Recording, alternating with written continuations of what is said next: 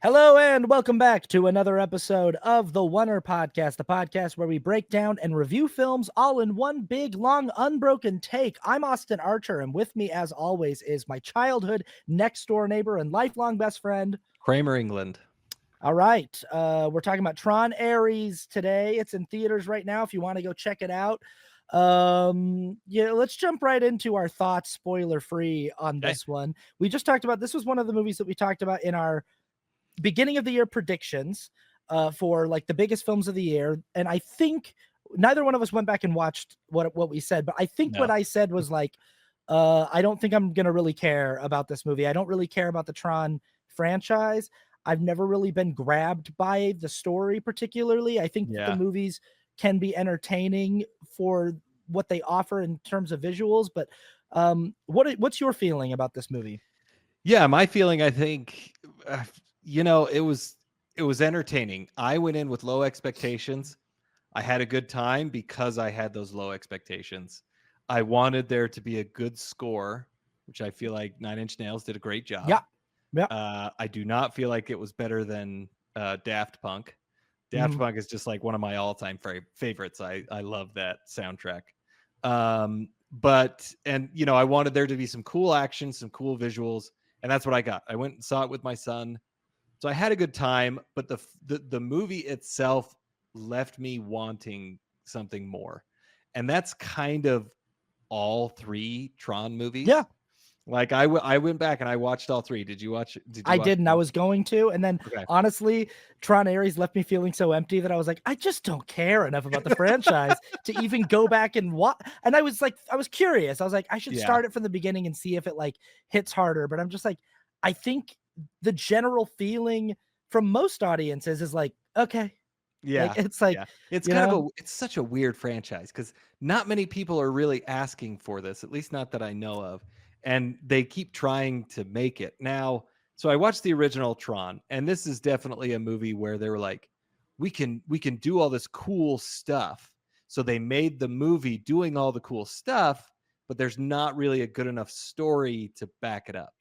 Like, what is the story of the original one? Just Kevin Flynn invents a way to go inside of his video games? No, there's this other guy. So the bad guy in Tron Ares is his grandson.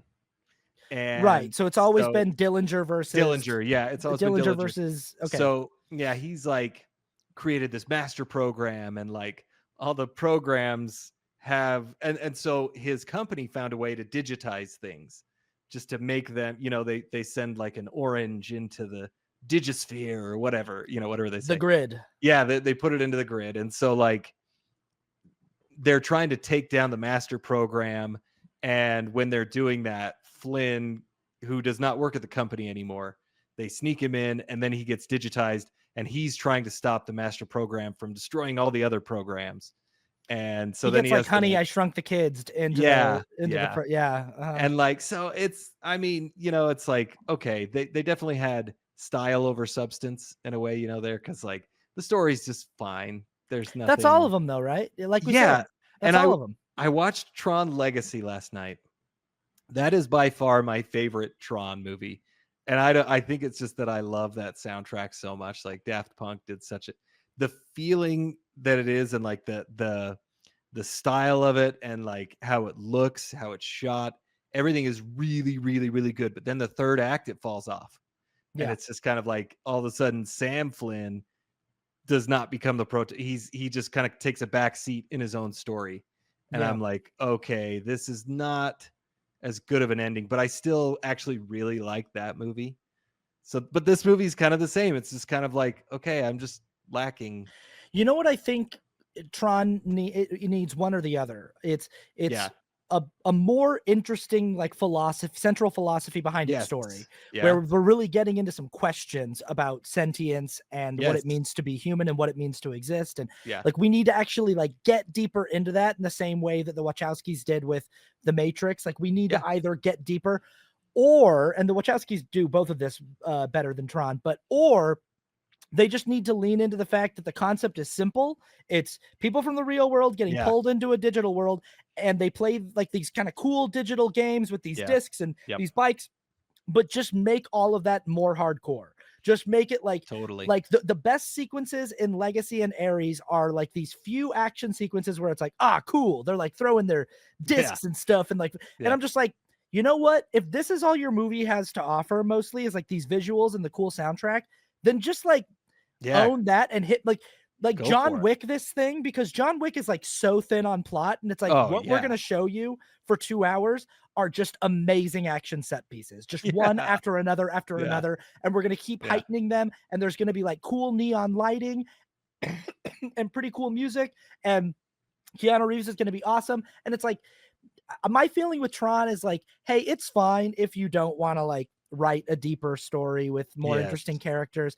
But like, if your movie is just going to be visuals and music, then at least like go all out on these action set pieces and make them longer and crazier. And like, because like an action scene will happen. You'll be like, all right, here we go. And in Legacy and Ares, they're kind of like over pretty quick. It's like, it's almost like the amount of animation that the sequences require, you know, the amount of like effects that they require just makes them very expensive to do. So it's like, well, we can only really do this for like 2 minutes and then we got to get back to the movie. And it's like, cool. I think like if this is all your movie has, because my feeling about Tron Ares basically is like I think I saw this film in the best possible version of it, which is I had heard from several people, see it in 3D if you can, because it was really made for 3D. Like they really crafted the film to be a 3D experience. And I was like, that makes sense. That seems like something they would do with Tron.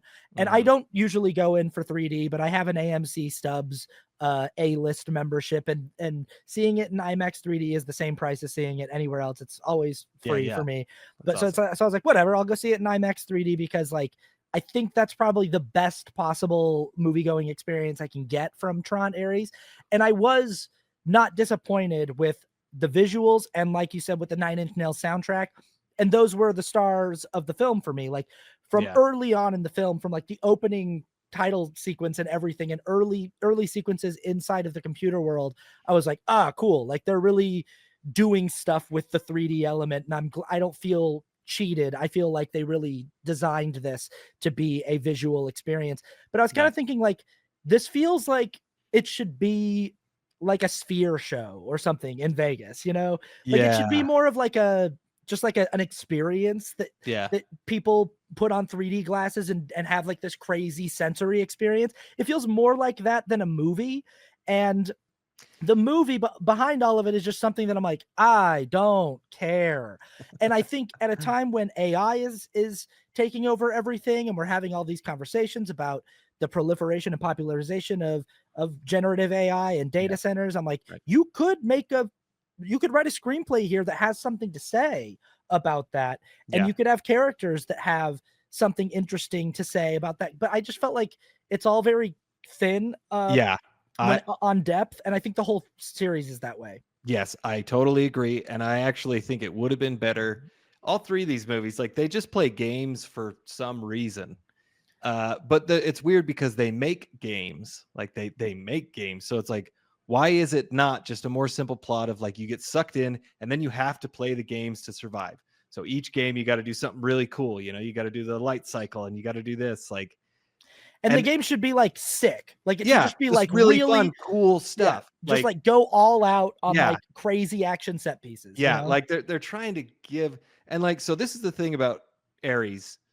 I really liked the character of Ares because he is an AI, but he is learning benevolence, right? Like he's learning, and he's like, I found him very, very interesting, but we didn't spend enough time with him because the other character, I forget her name. Greta Lee plays her. Eve Kim. Like her whole storyline, I was like, I don't care. Like I could not connect with it. Like it felt like they were trying really, really hard to make her sister like really likable, and I feel like they really failed with that. So I wish it was just more about Tron having to Ares having to play these games and realizing that like this is not right. I shouldn't be doing this to people, right? Or like, and then because then you have Dillinger, who's already a bad guy. So if you have somebody who's even worse than an AI program, it makes it, who is a person, makes it very interesting to me. Like if you have that AI who's learning how to be a good person, and there's a real person who's really bad, like that's the story that I felt was more interesting, but they didn't go with it.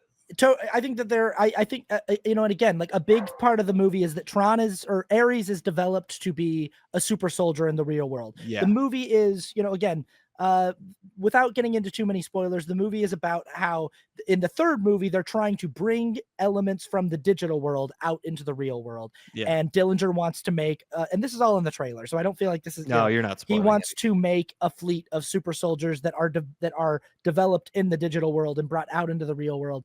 But a lot is made of, especially at the beginning of the movie, of like Tron, or I keep calling him Tron, of Ares being the ultimate fighter and the ultimate, kind of like super soldier.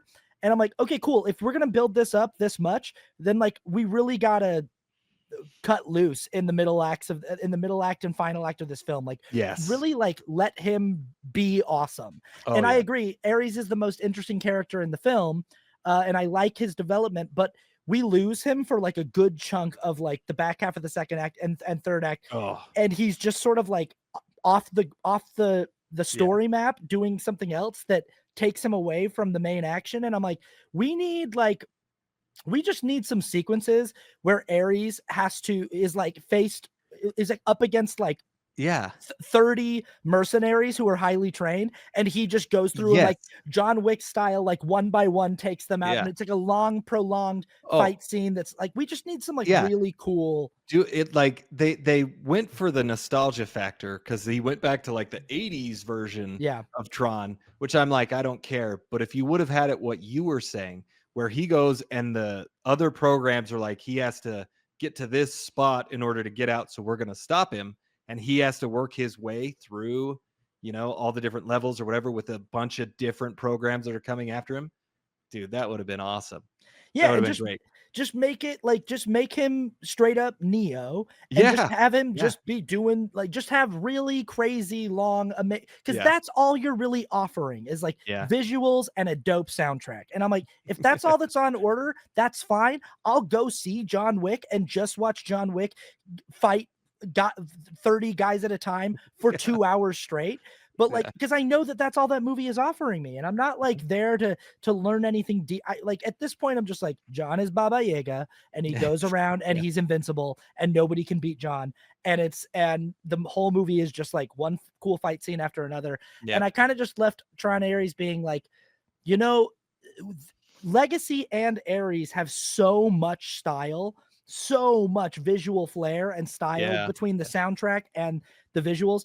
And I just feel like they both could be such cooler movies if they just were like, hey, if we're not going to get in either, and again, they could either have something more interesting to say philosophically, or they could just go, you know what, we're just going to be kind of like a 2-hour long movie that an hour and 30 minutes of the runtime is just going to be like really cool action set pieces, I wish it would have been that. And I think also that, so the director, Joachim Roning, I'm not exactly sure if I'm pronouncing it correctly, but I also don't feel like he directed the action very well, because the pacing of the action scenes were pretty slow. Even though the visuals looked cool, it's like, I want it to be the Matrix. I want it to be like, there were a couple moments where I was like, oh, that was cool. Why didn't you do that more? Yeah. But then they didn't. There's a few moments that I was like, oh, that's kind of fun, that's kind of cool, but it's like not enough for what this movie is offering. I saw someone say on Threads the other day, and I was like, that's so true. Someone posted like a screenshot from Zack Snyder's Justice League, and they were like, just a reminder that Zack Snyder understands cinema. And then someone in the comments was like, he really could have had an all-time great career as just a DP. If he had just been the guy shooting the movies and let somebody else write and direct, he really could have been like a Roger Deakins, like of action movies, of comic book movies. He could have been like, just like a really legendary DP who, if he just worked with better directors. And I feel like, that's kind of the thing here is it's like, you can take a lot of images from Tron Ares or Tron Legacy and even the original Tron and go like, that's pretty cool. Like that's a pretty cool, like, but it's like imagery will, cinema isn't just an image based medium. It also needs intriguing characters and intriguing plot. And if you're thin on that too, then just give me something to sink my teeth into. Yeah. And I don't think that a visually striking design and a strong soundtrack is enough to sustain 90 minutes or 2 hours. Yeah, I agree. I think it's it's maybe enough for like a really interesting short that's like 20 minutes long.